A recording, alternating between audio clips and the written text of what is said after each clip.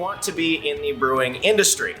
Well, on this edition of the Launchpad Liftoff, we have two guys who have done just that, taking very different paths, and they're going to tell you how to do it and why you want to do it.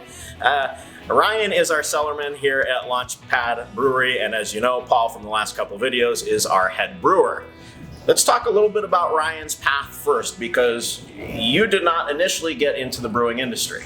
Right. What prompted you to want to come over? You know, I think it was the camaraderie in the industry that I saw. You know, as with most people, start out home brewing, and then you go in your local craft beer bar and you start to learn really the commercial process, right? And the differences there.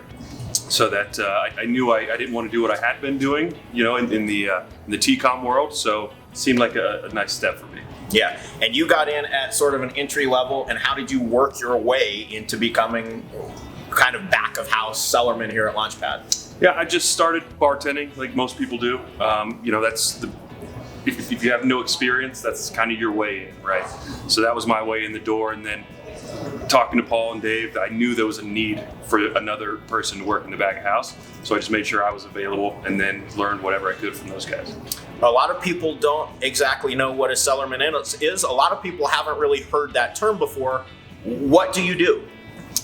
You know, there's a lot going to producing beer that's not brewing, right? So it's everything with that. It's everything but brewing, essentially, right? So cleaning tanks, transferring beer, cleaning kegs, filling kegs, a lot of logistical stuff that needs to happen for us to be able to open up and sell. If you had one piece of advice to somebody who is maybe in another industry, maybe in a spot like you were, thinking about getting into the craft brewing industry, what would you tell them? Go for it. I mean, what's the worst that could happen? You have to go back to the job that you hate anyway? Come on. So that's what I would tell them. Yeah. And Paul, somebody who is our head brewer here at Launchpad, what do you view as somebody like Ryan, their role? What kind of things do they take care of for you that kind of allows you to do what you do?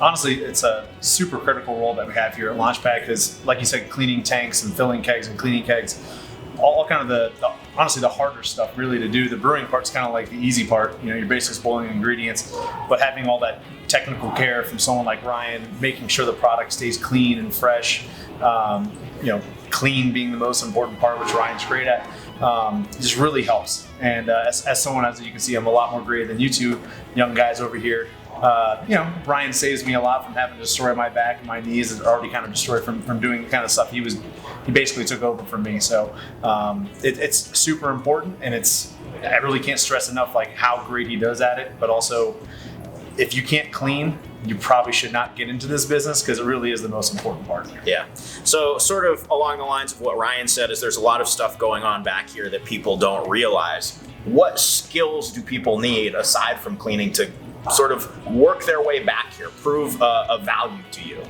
Passion's probably the most important thing, which I know technically isn't a skill. It's more of a mindset, kind of frame of mind to have, but that's a huge aspect of it. Following instructions. You know, it's not like Ryan just walked back here and started cleaning stuff. We have a list of SOPs, standard operating procedures of how we do things to make sure our products are clean, make sure our transfers work out the way they're supposed to. So it's basically making sure you can follow the rules, stay within the lines, and also, you know, kind of showcase a little bit of passion and a little bit of creativity too, because in some instances, like the cellar master position or cellar job position, you don't really get a chance to do much stuff. You generally just have to focus on just doing those roles. But Ryan has had a chance to help brew, come up with beer ideas. So it's kind of a cool part of us being a smaller brewery that he gets to have a little bit of everything as well.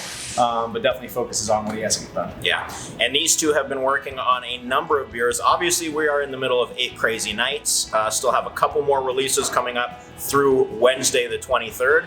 And then you two have both been working on beers that are going to be ready to come out once those 8 Crazy Nights beers are gone. Yep.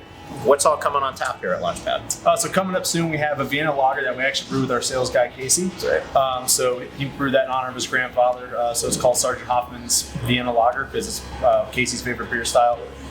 So that's coming out here probably pretty soon. As soon as we get an open line, that'd be the next beer that comes on.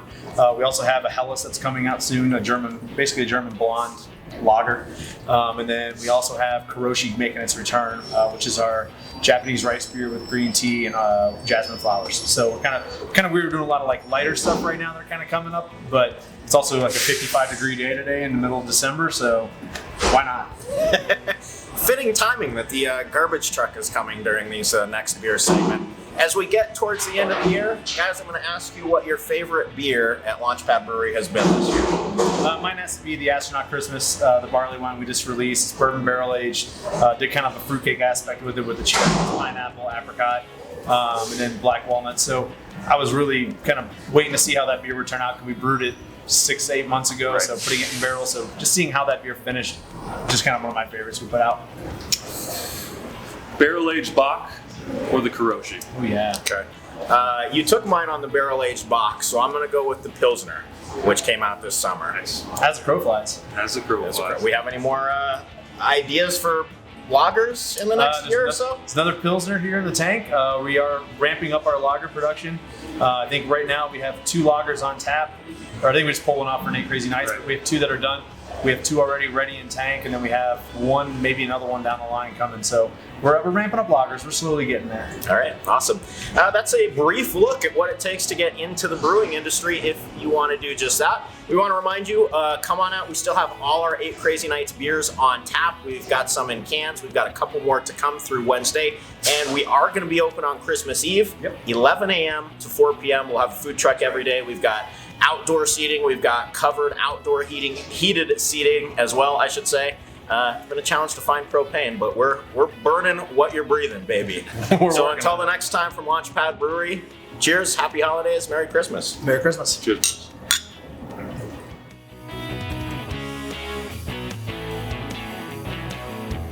Oh yeah, that works. We're all like, I don't think Ryan did. So should I just be on my phone the whole time?